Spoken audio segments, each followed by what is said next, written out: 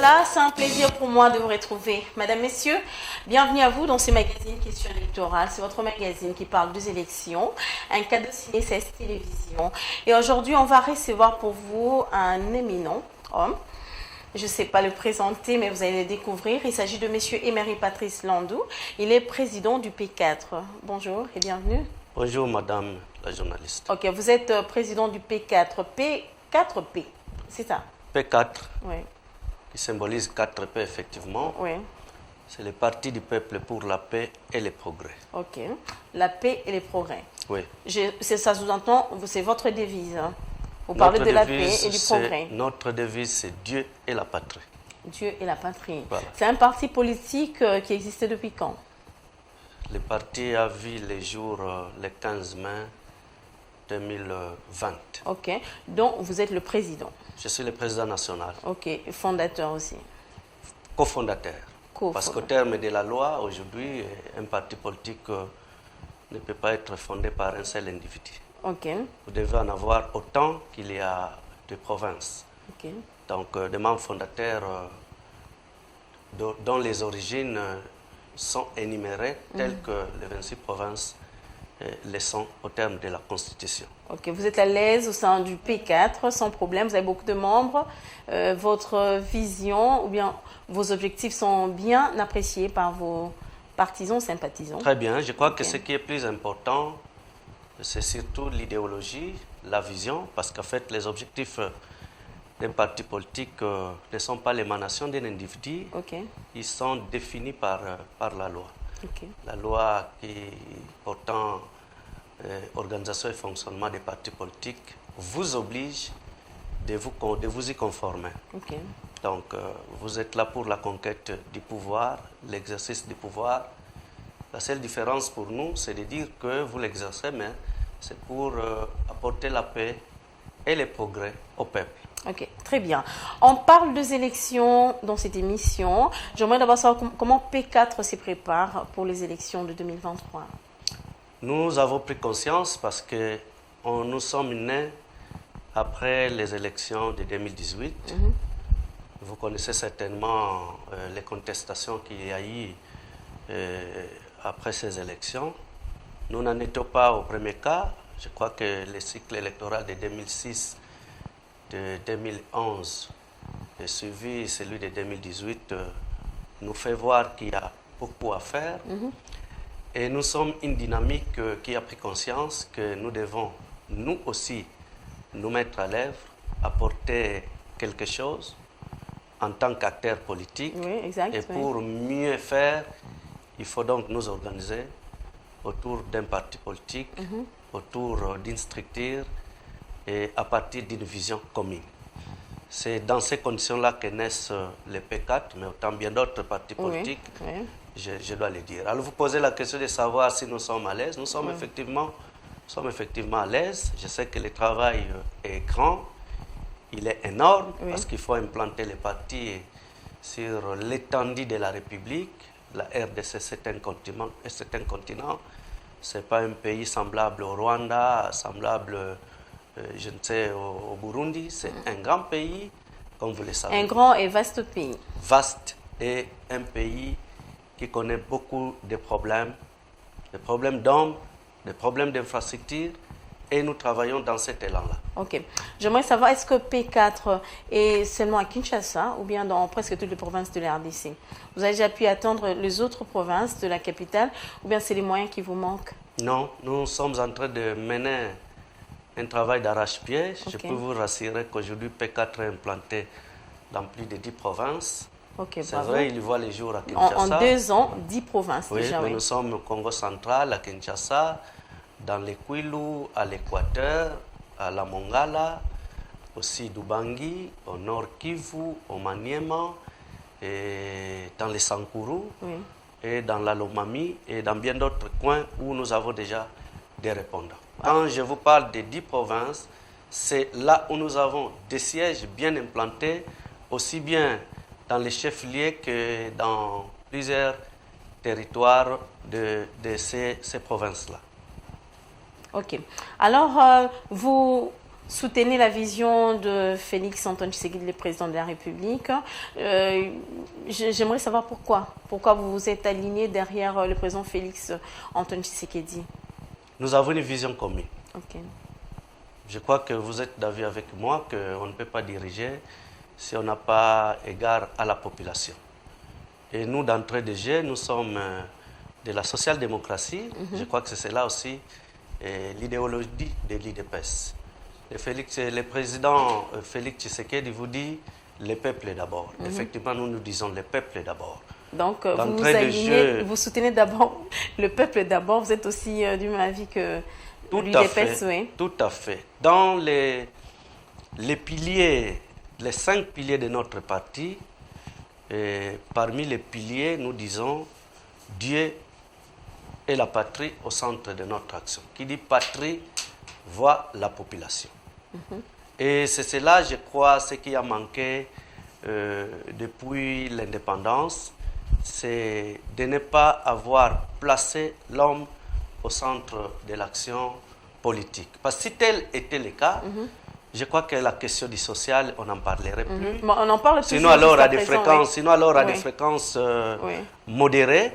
Si réellement les dirigeants d'hier, les dirigeants passés avaient compris que l'action politique doit être menée par rapport aux besoins exprimés par la population, les sociales, les infrastructures de base, la santé, l'éducation, aujourd'hui, nous serons un pays au même standard que les autres nations. Ah, vous pensez que le président Félix est en train de faire un grand travail par rapport aux infrastructures et au social du Congolais? Écoute, madame, le président Félix est élu dans le contexte que vous connaissez. Oui. Il va falloir beaucoup de marches, beaucoup de gens qui sont tombés sous les coups de balles, beaucoup de revendications. Mais Tshisekedi prend le pouvoir, il n'a pas la majorité parlementaire. Donc, il va falloir d'abord travailler sur les rapprochements entre CACH et le FCC. Et malheureusement, vous savez ce que nous avons récolté après de 2 ans, rien n'a été bien joué. Ce qui fait qu'aujourd'hui, il a reconstitué une nouvelle majorité, mais c'est une majorité circonstancielle, il faut le dire. Il faut le dire, cette majorité, d'ailleurs, vous avez au pouvoir aujourd'hui, dans le gouvernement de coalition, beaucoup de tendances, mais hélas, combien travaillent réellement pour l'accompagnement vrai du chef de l'État. Donc, nous sommes d'avis, nous, au niveau du P4, que la tâche aujourd'hui pour le président Félix est difficile, mais ce qui est important, c'est d'aller même d'un pas, de 2 pas, pourquoi pas, et nous rassurer qu'en 2023, Tshisekedi est candidat, parmi tant d'autres, nous l'élisons avec une majorité écrasante, et avec lui, nous avons beaucoup de députés de son obédience qui puissent garantir son accompagnement, mais l'exécution de son 2e quinquennat. Donc, à vous entendre parler, vous croyez au second mandat du président Félix Antoine Tshisekedi, c'est ça? Mais madame, c'est ça. C'est ça. Il faut y croire. Il faut y croire parce que le combat de Félix Tshisekedi, c'est le combat de plusieurs générations. Du coup, on va vous dire que l'IDPS a une histoire. Et Félix est ce fruit-là de l'IDPS. L'IDPS a une histoire avec beaucoup d'autres précurseurs, dont les Sphinx, Étienne Tshisekedi, et Thérèse Mémoire. Vous savez les combats que ces messieurs a menés avec lui plusieurs autres compagnons d'élite. Donc, l'important, c'est qu'aujourd'hui, l'IDPS est au pouvoir. Il faut avoir le courage de pousser, de travailler, quoi que se dire, mais nous devons travailler et amener la population à comprendre que le lendemain sera meilleur pour le peuple congolais. Donc, il faut donner du temps au pouvoir en place parce que le mal était vraiment profond. Le mal est profond. Le mal est très, très profond, plus que profond. Même après 10 ans, il y aura toujours des problèmes. Madame, tout est relatif. Vous savez, tout est relatif. Aujourd'hui, il y a des questions dont les solutions semblait être extrêmement impossible. Je parle de la liberté d'expression, de la liberté de réunion aujourd'hui. Aujourd'hui, vous recevez les gens de toutes les obédiences. Aujourd'hui, vous pouvez passer à la RTNC, vous prononcer et sortir de là sans être inquiété par les services de sécurité. Mais cette liberté d'expression n'est pas comparable au libertinage. C'est ce qui s'est fait aujourd'hui. Madame, je ne suis pas dans les mots. Moi, je viens défendre justement une vision à travers un homme, la personne du président Félix Tshisekedi. S'il y a libertinage dans votre domaine de la presse, je crois que vous avez des organes qui doivent recadrer. Madame, moi je suis avocat, il n'y a pas de libertinage chez moi. Et dans la politique? Je vous dis qu'il n'y a pas du tout libertinage. Très bien. Vous avez suivi avec beaucoup d'attention la loi sur la réforme électorale qui a été votée à l'Assemblée nationale. J'aimerais d'abord avoir votre appréciation par rapport à la démarche du groupe des 13 députés. Bon, je crois qu'elle n'est pas encore, définitivement votée, il faut le dire. Elle le sera lorsqu'on aura aussi les votes du Sénat. Du Sénat, seconde lecture. Et s'il y a des points de divergence, comme c'est souvent le cas, cette loi pourra revenir en seconde lecture, disons en commission mixte pour harmoniser les points de vue. Et s'il y a toujours divergence, je crois que c'est le point de vue de l'Assemblée nationale qui va primer au terme de la loi. Mais d'entrée de jeu, il faut saluer le travail du groupe des 13 parce que pour nous, P4, déjà à la naissance de notre parti, nous avons donné un point de vue sur les réformes électorales. Ok, très bien. Plusieurs questions par rapport à notre position rencontrent justement les points de vue aussi du groupe des 13. Et je salue en passant la mémoire de l'honorable Henri Thomas Lokondo, qui était en fait personnel, qui était pratiquement l'homme au devant de cette dynamique-là. Donc nous sommes satisfaits des innovations que devait apporter justement la proposition de loi qui est soumise au vote au niveau du Parlement. Mais les inquiétudes, c'est que nous avons comme l'impression que les députés dans l'ensemble ne sont pas en train de très bien cerner la pertinence. Vous savez, le mal aujourd'hui, madame, c'est que les gens votent les lois par rapport à eux-mêmes. On aurait souhaité que les lois qui sont votées soient réellement des lois impersonnelles, puissent refléter dans une certaine mesure la sensation, sinon alors l'intérêt de la population. Je prends un exemple. Oui, prenez, je vous en prie. Madame, aujourd'hui, la proposition de loi voudrait bien qu'on n'ait pas de suppléants, membres de famille au premier ou au second degré. C'est-à-dire avoir comme suppléant son épouse, son fils, son neveu, et sa fiancée même, et j'en passe, parce que ça donne l'impression comme si ça devient une affaire familiale. Pas question de sauvegarder ses intérêts, parce qu'en politique, il y a des intérêts qui priment. Oui, l'intérêt du peuple d'abord. Et il joue bien, il place ces membres de famille-là comme premier ou première suppléante. Ça signifie, du coup, vous faites l'affaire pour la famille. Non, non, vous protégez vos intérêts. Madame, parce qu'aujourd'hui, si vous n'êtes plus député, c'est votre famille qui va souffrir. Je reviens pour dire que les intérêts pour un élu, ce sont les intérêts du peuple. Vous êtes élu, vous êtes porte-parole, vous êtes défenseur de la population et ça n'a rien à voir avec la fortune. Parce que le problème, c'est quoi? Le problème, c'est que vous êtes choisi un suppléant, non pas parce qu'il est compétent, parce qu'il peut aussi valablement défendre la population en cas de vacances, lorsque vous ne serez plus là, mais vous l'avez choisi parce que vous vous dites, cette gagnante-là qui sera donnée, il ne faut pas qu'elle échappe, si votre neveu, votre cousin, votre femme est compétent ou compétente, ça va poser un problème, ce sera un blocage. C'est ce que je dis, et on n'en trouve pas dans un parti politique, dans un regroupement politique. Vous n'avez pas que les neveux compétents. Ah, ok. Vous n'avez pas que les neveux compétents. Madame, allons plus loin. Voyez même la physionomie de nos partis politiques. Nous n'en faisons pas, nous ne sommes pas de ces lots-là. Chez vous, ça n'existe pas? Non, okay. Parce que je vais vous dire que moi, je suis originaire du Congo central. Oui. Le secrétaire général de notre parti n'a rien à voir avec le Congo central. Il n'est même pas de l'Est et de l'Ouest. C'est quelqu'un de l'Est, du Tanganyika en plus. C'est vraiment une exception alors? Ah oui. Okay. Il en est de même pour nos secrétaires généraux adjoints. Le premier secrétaire général adjoint est de la Chopo. Oui. L'autre secrétaire général adjoint, qui d'ailleurs est une dame, est du Sud Kivu. Le secrétaire permanent du parti est du Kwilu.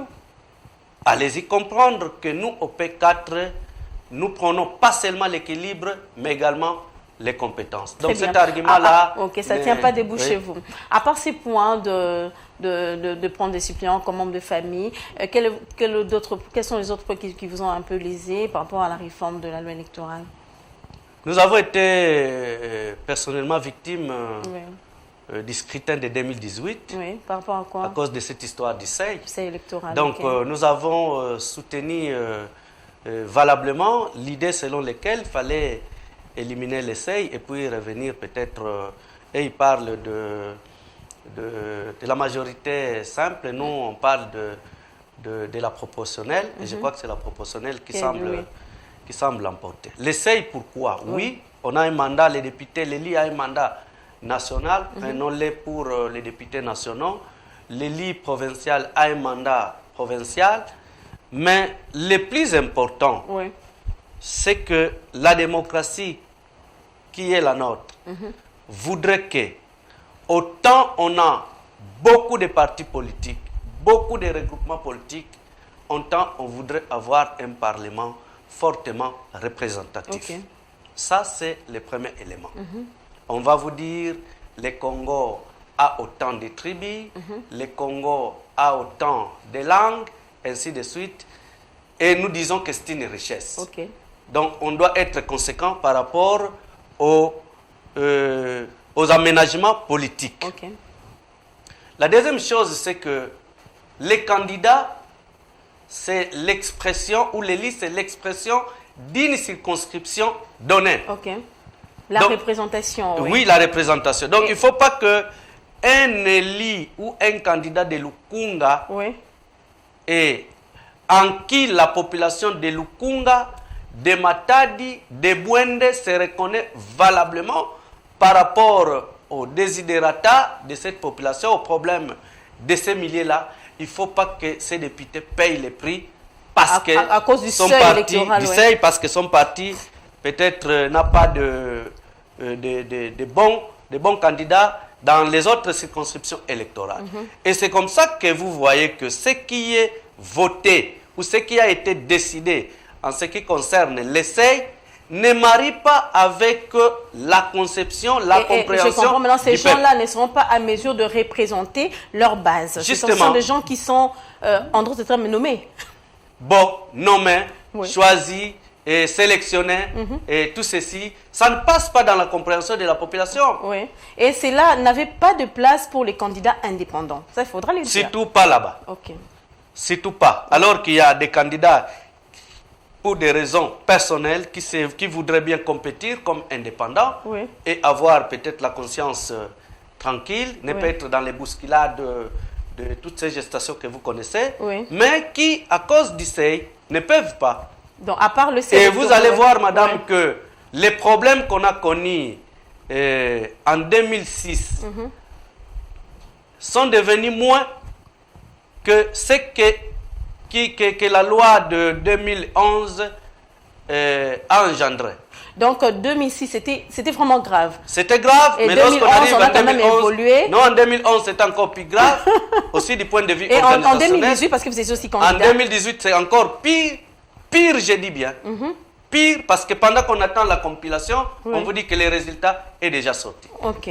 Donc, il n'y avait pas de publication par bureau des votes, tout ça. Les témoins ne servaient absolument rien. Non, c'est vrai qu'avec la machine à voter, c'était déjà une évolution on n'avait plus besoin de piles de bulletins, mais quoi de mieux. Donc la machine à voter a servi à quelque chose quand même. Oui, parce que la rapidité, en principe, la précision, et c'est là que la proposition de loi insiste sur la publication bureau par bureau, sur l'affichage, sinon alors sur la remise à main propre aux témoins, à tous les témoins, mais aussi bien qu'il y aura des partis politiques et des assez de regroupements. copies, c'est ça aussi le problème, parce que dernièrement on a crié aux carences même de copies, il n'y avait même pas de copies, il y avait seulement deux copies pour tous les témoins. Il fallait faire de la photocopie ou quoi? Madame, j'ai appris de plusieurs acteurs politiques. Votre cas, c'était la même chose. J'ai appris à plusieurs acteurs politiques. Je cite ici l'honorable président Léon Kengwadondo. Oui. Le pouvoir ne se plaint pas. Ok. L'État, c'est la force. Mais quand on parle de la crédibilité, il faut quand même essayer de... Ça, c'est un. De deux, des deux, je vous dis que les candidats n'y vont pas, ne sont pas dans la course en gratuité. Les candidats payent ce qu'on appelle une caution. On est parti d'ailleurs du caution sur la liste vers les cautions par candidat. Ce qui est d'ailleurs malsain. Qu'est-ce qui est mieux? Malsain parce qu'ici, ici, on fait référence à la liste, on vote la liste, mais là, on vous oblige de payer la caution individuellement. L'État ne se plaint pas, l'État doit prendre les responsabilités pour nous organiser de bonnes élections, parce que si l'État ne le fait pas, les individus ne sauront pas le faire. Donc, à part le problème des cautions, il y a aussi un autre problème que vous avez, Élysée. Bien d'autres.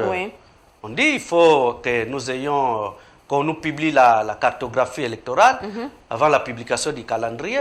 Ça, je soutiens. Très bien. Madame, nous étions déçus, par exemple, aux élections passées, de voir que les gens sont devant une école ou dans une école, j'allais dire, ou dans un centre donné, mais on vous dit que ce n'est pas là le lieu de vote, alors que vous avez pris votre carte d'électeur, vous êtes fait enrôler là-bas. Quelque part. Et donc puis on ça doit être clarifié parce que ça frise visiblement la fraude et ça ne garantit pas un processus électoral crédible. Et bien d'autres points. L'interdiction, par exemple, des offres en numéraire, en nature, lors de la campagne électorale. Et ça garantit les faibles. Ça garantit ceux qui ne sont pas aux affaires. Parce que très souvent, beaucoup de candidats qui sont en même temps aux affaires se donnent le luxe de puiser dans les caisses de l'État, de prendre comme si de rien n'était et de faire, d'abuser justement de leur position. Mais ça dépend aussi de la mentalité des Congolais, c'est ça. C'est ça le problème. À la place, qu'est-ce qu'il faudrait faire? Expliquer votre projet de société. Qu'est-ce qu'il faut faire? Madame, nous sommes un parti politique aujourd'hui. Ça va vous étonner. Nous ne donnons pas du transport à nos militants. Ah bon? Ah oui. Vous donnez rien? Je l'ai dit. Mais pendant la campagne électorale, vous serez obligé de donner. Nous ne donnons pas. Je ne dis pas que nous ne dépensons pas parce que lorsqu'il faut organiser des manifestations, vous avez par exemple des bâches qu'il faut imprimer. Mais je vous dis, l'élément transport, l'élément bière, l'élément, c'est pas coca ou de l'eau. Pagnerie. Non. Il faut toujours donner. Nos cellules de base s'organisent. Nos cellules doivent se sentir gestionnaires des hommes, des ressources, des membres. Ils s'organisent. Et les gens viennent en masse aussi. Parce que vous ne donnez rien, qu'est-ce qu'ils viennent chercher? Madame, vous n'avez pas suivi la dernière démonstration. C'était les amis de Horizon 2023 qui nous ont invités au stade Vélodrome. C'était le 28 ici, le 28 mai. Nous avons été là. Vous en connaissez quelque chose? Si votre chaîne, votre maison était représentée là-bas. Oui, on était là, sur place. Vous avez vu, Rémi Mbouy était sur place. Vous avez vu les drapeaux du P4 en bleu. Ils ont dominé. C'est bien, il faut continuer sur cette allure. Donc je crois qu'aujourd'hui, les acteurs politiques doivent beaucoup travailler sur l'homme. Et qu'est-ce que vous avez fait? Quel est votre secret là? Vous avez sensibilisé, qu'est-ce que vous avez fait? Vous avez vissé vos membres par rapport à la vision de votre parti politique pour qu'ils viennent en masse sans pour autant recevoir quelque chose? Nous avons un message, mais nous avons aussi un passé. Ça veut dire qu'aujourd'hui, le parti n'est pas... Ou bien seulement parce que vous soutenez l'UDPS? Les partis ne sortent pas du nom l'UDPS, non. Est-ce qu'on vous a dit que l'UDPS donne de l'argent? Non, parce que vous les soutenez. Par rapport c'est un parti allié à l'UDPS. Allons-y quand même, on aura des postes à la longue. Je ne pense pas que c'est ça vraiment la vraie raison, mais je crois que le problème se trouve au niveau de la mentalité. Les gens ont quitté les cœurs, ont quitté les sentiments, ils sont dans la raison. Ok. Monsieur Méry, Patrice Landou, pensez-vous que l'RDC sera à mesure d'organiser les élections en 2023 avec ces affrontements à l'est de notre pays? Madame, les élections doivent se tenir en 2023 pour plusieurs raisons. Ok, allez-y. Je l'ai dit que le passé doit nous servir des rétroviseurs. Ok. Je crois qu'autour du glissement qu'on a connu avec l'FCC de Joseph Kabila, vous savez les prix que le pays a payé, que la population a payé. Oui. Simplement parce qu'on tenait aux élections malgré les péripéties. Et je puis quand même dire aussi quelque chose qui doit demeurer jurisprudence. Okay. C'est que Kabila a organisé les scrutins de 2018 sur fonds propres du gouvernement congolais. Okay. L'on vous dit aujourd'hui que notre budget est passé de 4 milliards à 10 milliards. L'on vous dit aujourd'hui que nous avons des réserves en banque, je crois qu'ils sont passés, les réserves d'échange, qui sont passées, je crois, de 1,5 milliard à 4, sinon alors à 5 milliards. Mais l'insécurité à l'Est ne date pas d'aujourd'hui. Okay. Je crois que vous êtes d'avis avec moi que tous les processus qui ont été organisés dans ces pays ont été organisés alors même qu'il y avait de l'insécurité. Donc on peut quand même faire des élections avec ça. On peut vivre avec ça, faire des élections. On doit faire les élections. Mais cette population de l'Est, ce sont aussi Congolais. Ça, oui, mais on a décalé l'élection dans les Maïndom. Je crois qu'il y avait des circonscriptions qui n'ont pas voté au même moment. Donc on doit voir les élections, madame. Il n'y a pas de raison. Il n'y a pas de raison. Nous devons assumer. Le pouvoir en place vient de l'opposition.